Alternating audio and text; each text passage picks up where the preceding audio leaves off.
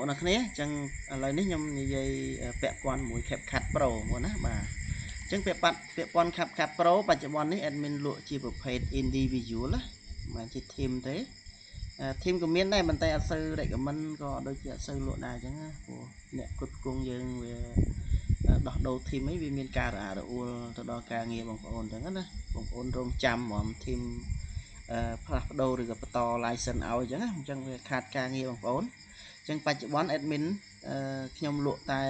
một page individual thì chẳng có bón mà bên ngày khai hot cầm nọt được khai là expire bạc lọ chẳng đấy hai bông ôn tinh vô tới đời này mùi khai mà nó nè nó khai đập phí và hai chụp bút ngày việt group ngày thì để xa về để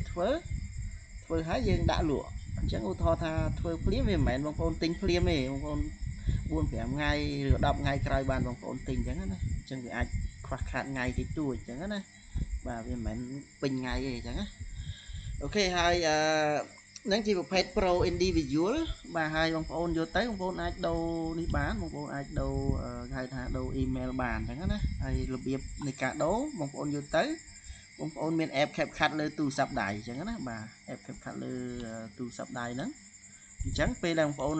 đâu là tu sập đài phone login mà login kẹp khát account này bông phone bán tính nó lên tu sập đài từ chẳng hạn này và login lên tu sập đài hái bông phone ai bắt đầu từ đặt email bông phone bàn to luôn bông phone vô email nào để mấy này upload job hai cùng rong và job cùng rong license sinh một kẹp khát chẳng hạn này và vô email mấy thì gmail của bạn hotmail của bạn này chắc bông phone đặt bắt đầu tới gmail to luôn bông phone từ chẳng hạn đấy và bắt đầu tới hơi đồ password đồ ấy bán ở đây tế hơi opera và hay chỉ một page individual vì mình team tế và trang viên sự vật việc chiang team đấy ok hơi việc con deviceคือปัจจุบันយើងតាមគោលការណ៍ដែលយើងប្រើប្រាស់ទៅសុវត្ថិភាពគឺ account មួយសម្រាប់ទូរស័ព្ទមួយគ្រឿងហើយនឹងកុំព្យូទ័រមួយគ្រឿងអញ្ចឹងណាពេល sign in លើ app CapCut ទូរស័ព្ទហើយ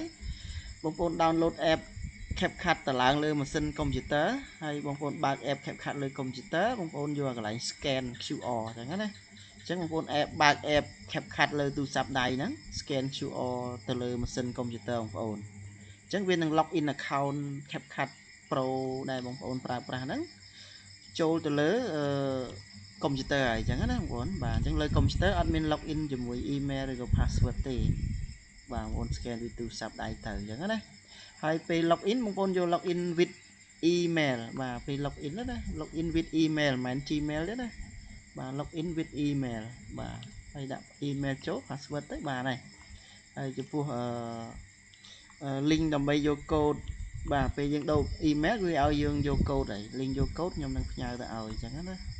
បាទអញ្ចឹងបងប្អូននឹង check code ឃើញហើយដាក់ code ចូលទៅវានឹងផ្លាស់ប្ដូរទៅកាន់ email បងប្អូនស្វ័យប្រវត្តិតែម្ដងណាហើយចំពោះការដូរ password ដូចគ្នាបងប្អូនអាចដូរបានអញ្ចឹងណាអញ្ចឹង account ហ្នឹងគឺលក់ឲ្យតែម្នាក់ដាច់មុខបងប្អូនយកទៅជារបស់បងប្អូនផ្លូវការ 100% ប្រើតែម្នាក់ឯងទេបាទហើយចំពោះ device ឧទាហរណ៍បងប្អូនចង់បាន 3 device 4 device អាហ្នឹងបងប្អូនកុំអាល lock ភ្លាមបងប្អូនអាចចាំមួយសប្តាហ៍2សប្តាហ៍អញ្ចឹងទៅបាទបងប្អូនសាកថា scan ណាបាទ scan ឬក៏ sign in ទៅលើទូរស័ព្ទថ្មីណាមួយទៅឬក៏ scan នៅលើកុំព្យូទ័រថ្មីផ្សេងមួយទៀត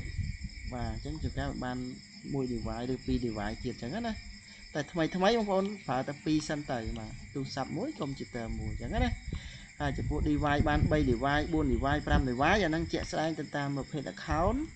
ហើយខ្ញុំលក់ទៅនេះក៏អត់ធានាថាបាន3ឬក៏4ដែរអត់ទេអញ្ចឹងយើងធានាបានតែ2 device ទេទូរស័ព្ទមួយកុំព្យូទ័រមួយអញ្ចឹងណាបាទហើយមកតាមគោលការណ៍អីហោហែវាអាចថាយើងប្រើមួយសុវត្ថិភាពបាទតែជាក់ស្ដែងមិនមែនមួយទេបងប្អូនភាគច្រើនគឺមានទូរស័ព្ទមួយក៏ដូចជាកុំព្យូទ័រមួយអញ្ចឹងណាបាទអូខេអញ្ចឹងការប្រើប្រាស់គឺយោងទៅតាមគោលការណ៍របស់ CapCut បាទយើងអត់មានធានាថាបាន5ម៉ាស៊ីនឬក៏10ម៉ាស៊ីនអត់ទេបាទយើងមើលទៅតាមគោលការណ៍វាជាក់ស្ដែង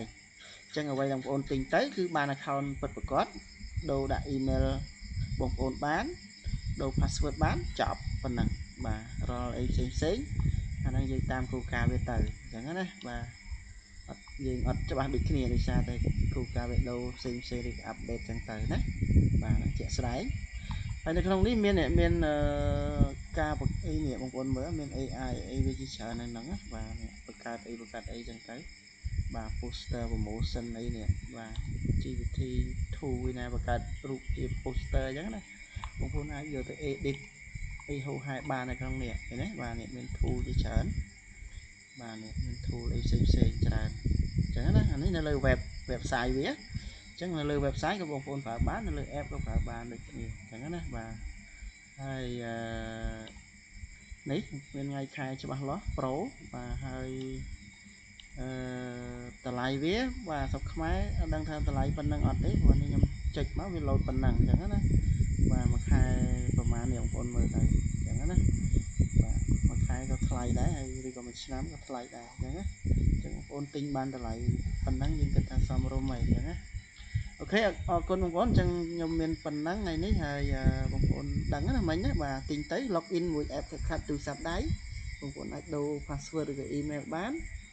ហើយ log in ដំបូងទូរស័ព្ទមួយកុំព្យូទ័រមួយទៅបានហើយអញ្ចឹងណាចាំមកទឹកទៀតទឹកទេបងប្អូនឆ្មក់មក device ទៀតទៅអញ្ចឹងណាបាទអូខេហើយតាមបទពិសោធន៍យើងប្រើ2 device សុវត្ថិភាពបាទវាអត់ខូចអីទេគ្រាន់តែវាដាក់ថា maximum អញ្ចឹងណាបងប្អូន maximum attempt អីចឹងបានន័យថាយើងព្យាយាមចូលច្រើន device លើសពី2អញ្ចឹងវាអត់ឲ្យ log in ទៀតទេបានន័យចឹងណាតែ account ហ្នឹងអត់មានបញ្ហាទេអត់មានខូចអត់មាន error ទេ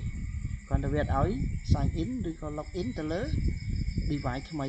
ទី3ទី4ទី5អញ្ចឹងទៅអញ្ចឹងណាបាទអញ្ចឹងបងប្អូន log 2ហើយគឺជោគជ័យហើយអញ្ចឹងណាបាទទៅលើទី3ទី4អាហ្នឹងជាក់ស្ដែងចូលអាហ្នឹងយើងរងចាំមួយសប្តាហ៍2សប្តាហ៍អីជាក់ស្ដែងទៅអញ្ចឹងណាបាទវាមិនមែនខូច account ទេដោយសារវាមាន limit ទៅលើ device បានអីចឹងណាបងប្អូនហ្នឹងហើយអញ្ចឹងយកទៅប្រយ័ត្ន log in លើសពី2អត់ចូលអីថា account នឹងខូចមិនមែនខូចទេអញ្ចឹងណាអូខេបងប្អូនអញ្ចឹងសង្ឃឹមបងប្អូនយល់ពាក់ព័ន្ធការ update ទៅលើ CapCut Pro individual ហើយសង្ឃឹមបងប្អូនសប្បាយចិត្តក្នុងការប្រើវាអត់ជា error ជាដាច់ដោយពពុះ Pro ទេអញ្ចឹងណាអូខេអញ្ចឹងអរគុណយើងជួបគ្នាប៉ុណ្ណឹងហើយចំពោះតម្លៃបងប្អូនឆែកលើ bot Telegram របស់ admin បានវាមានតម្លៃទៅតាម stock ថ្មី stock ចាស់បាទដែលយើងអ្នកគ្រប់គ្រងគេធ្វើឲ្យយើងអញ្ចឹងណាវាពិបាកធ្វើដែរអញ្ចឹងវា admin ក៏ចំណេញតិចដែរបាទចំណេញតិចទេហើយធ្វើយ៉ាងណាឲ្យបងប្អូនអាចប្រើ license ឬក៏កម្មវិធីល្អបាទសុវត្ថិភាពទំនុកចិត្តអញ្ចឹងណាបាទអរគុណហ្នឹងហើយសុខសប្បាយបងប្អូនអាចតាក់ទងមកទិញផ្ទាល់បានឬក៏ទិញលើ bot បានអញ្ចឹងណាអរគុណ